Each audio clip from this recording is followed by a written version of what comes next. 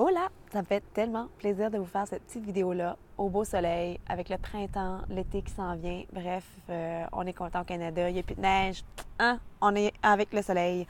Aujourd'hui, j'avais le goût de répondre à une question qui m'est souvent posée, mais je tiens à souligner que je réponds à la question de Mélissa qui m'avait écrit récemment, quand même un petit bout de temps passé finalement, sur comment je faisais pour garder ma zénitude d'esprit à travers tous les projets, à travers tout ce que j'accomplis.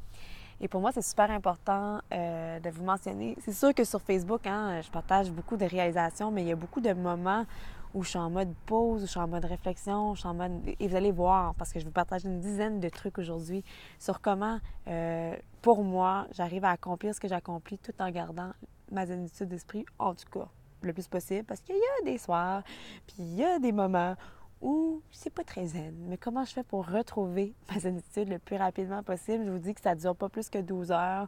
Mes moments de panique, ils sont pas grands. Mes moments, c'est que, voilà, je vous partage mes trucs. Je vais essayer de faire ça quand même rapidement, puis bref, concis, et que ça puisse apporter beaucoup de valeur pour vous autres aussi, peut-être, en le souhaitant. Alors, premier truc, c'est qu'à chaque semaine, quand j'organise ma semaine le dimanche, de dire, OK, ça va être quoi mon focus cette semaine? Et je ne vais jamais en mettre plus que 3. Donc, focus qui va ressembler à l'école, euh, mon focus par rapport à ma retraite d'écriture, focus sur vernissage. Mais quand il y a eu mon vernissage, tout ce que j'avais, c'était école, vernissage. Donc, de dire que de décortiquer les choses pour avoir 2 focus majeurs dans la semaine, puis le reste, c'est de prioriser, dans le fond, c'est d'arriver à prioriser du mieux possible. Donc ça, pour moi, c'est un truc. Deuxième, apprendre à dire non. Dire non à des soirées qui peuvent être des fois alléchantes, invitantes, que ce soit assister à des conférences, des fois des 5 à 7, des formations aussi. J'ai appris beaucoup, beaucoup à dire non. Avant, je me retrouvais que je voulais aller à tous ces endroits-là. Puis à un moment donné, tout le temps d'organisation, tout ce que ça peut engendrer après. Donc, d'avoir une forme de focus aussi à ce niveau-là, de ne pas trop s'éparpiller dans trop de diverses sorties. Pour moi, j'ai ma sortie une fois par semaine qui est d'aller danser la salsa. Je me tiens pas mal à ça, même des fois je ne vais pas. Donc, c'est vraiment, non, je suis pas, oui, je fais mon yoga, oui, je fais mon jogging, mais je ne suis pas inscrite à un club de gym, je ne suis pas inscrite à un truc de yoga. Donc ça, c'est aussi du temps où je vais récupérer. Pour moi, c'est dans ma façon de faire, puis d'apprendre à dire non aussi à certaines choses qui pourraient être intéressantes. Quand tout converge, hein, tout converge, on dirait ensemble, je ne sais pas si ça vous arrive, là, mais il y a comme un blitz à donner, puis on dirait que c'est ça, tout à remettre en même temps, tout arrive en même temps, tous les clients appellent en même temps, tous les devoirs s'en remettent en même temps, tous les projets s'en remettent en même temps. On dirait qu'on se dit, voyons, qu'est-ce qui passe? Dans ce moment-là, hein, quand que tout vient en même temps, je respire un bon coup. Je me dis que tout va bien aller.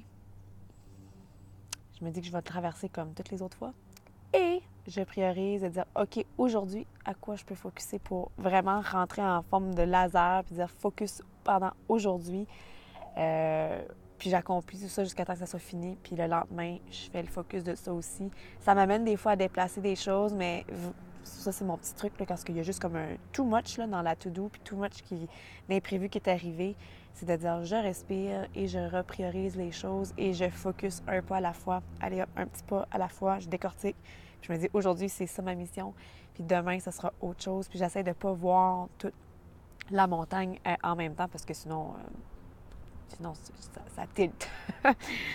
Ensuite, j'essaie de respecter mon horaire. Je suis très timée avec un chronomètre pour ceux qui ont suivi la formation Allez Hop. Mais pour moi, j'ai des blocs. J'appelle ça mes blocs.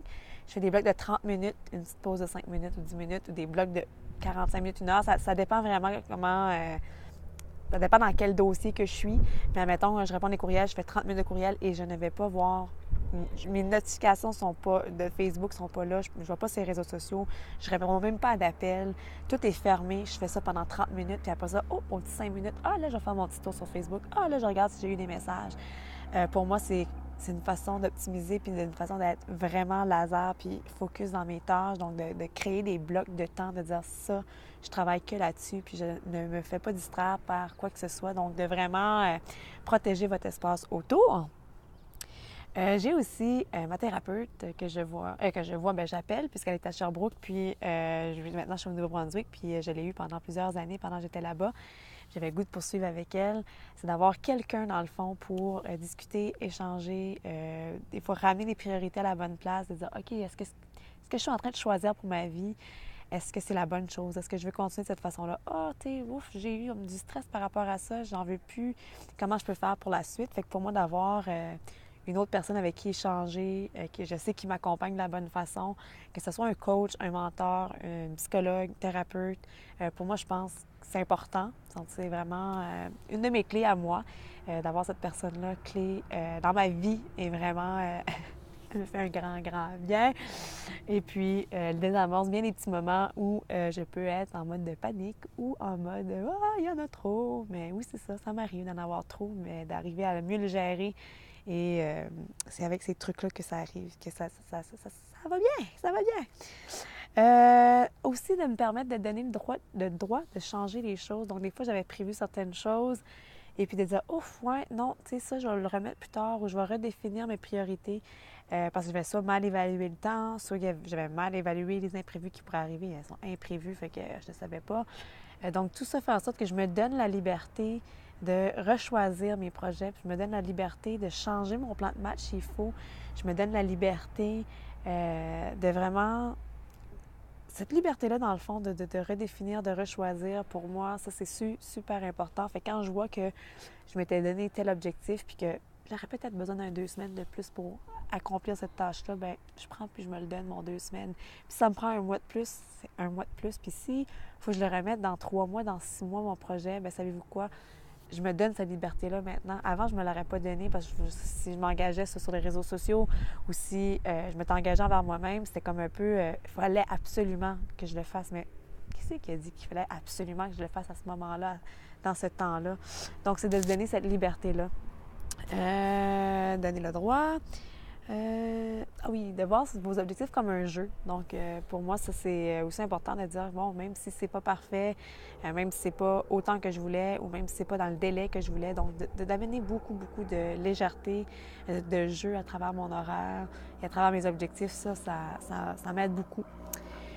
Aussi, je considère que prendre soin de son corps, son véhicule, donc sa santé, pour moi, favorise mon énergie. Donc, je mange bien, je vais avoir des repas équilibrés le plus souvent possible. Donc, vraiment, je suis aussi une tendance organique, biologique, avoir, oui, de la viande, mais la viande locale, avec le moins de chimiques possible. Je fais mes exercices quotidiennement, 4 à 5 fois semaine, puis mon yoga. Pour moi, ça, je sens que c'est un moment à moi de détente qui m'amène à me ressourcer, à me générer. Et le plus important, savez-vous c'est quoi? C'est que je fais des siestes. Eh oui! Et je fais des siestes, puis des fois, ils sont longues. Je fais des siestes pratiquement à tous les jours de 30 minutes, 1 heure. Ça m'arrive des fois d'arriver de l'école, puis à 5 heures, je me tape une belle sieste de 3h30. Donc, j'écoute beaucoup mon corps. Puis voilà, ça, c'est pas nécessairement tout le temps dit sur les réseaux sociaux que je me tape un 3 heures de sieste ou un 2 heures de sieste, mais c'est quelque chose pour moi qui me régénère. Puis dans mon espace agenda, il y a ce moment-là, puis je me l'offre. Donc ça, c'est aussi quelque chose qui fait en sorte de me garder dans le plus de zénitude d'esprit au meilleur, dans les moments aussi qui vont plus intenses et plus en accéléré. Fait que c'est vraiment, ça c'est pas mal ma liste de tous les trucs pour m'aider à garder ma zénitude. Ah oui aussi, c'est que quand j'accomplis des objectifs, j'aime bien me récompenser en allant soit au spa, une journée de détente, de m'offrir des espaces où de temps en temps je peux me faire une grasse matinée, d'aller prendre une marche en nature, d'aller bouquiner. Donc aussi oui, je suis dans l'action, puis oui, il y a beaucoup de projets. Mais de vraiment m'offrir des bulles, là, des petites bulles, des escapades de bonheur.